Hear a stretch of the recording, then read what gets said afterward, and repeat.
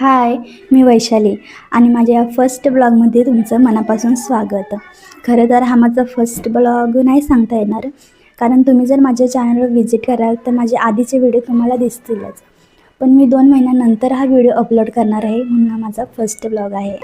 आणि सर्वात महत्त्वाचं म्हणजे तुम्हाला नवीन वर्षाच्या हार्दिक शुभेच्छा. तुम्ही यावर्षी जे स्वप्न ठरवलं आहे त्यासाठी तुम्ही खूप मेहनत करा आणि ते स्वप्न पूर्ण करा, कारण मेहनतीशिवाय काय आपलं कोणतंही स्वप्न पूर्ण होत नाही.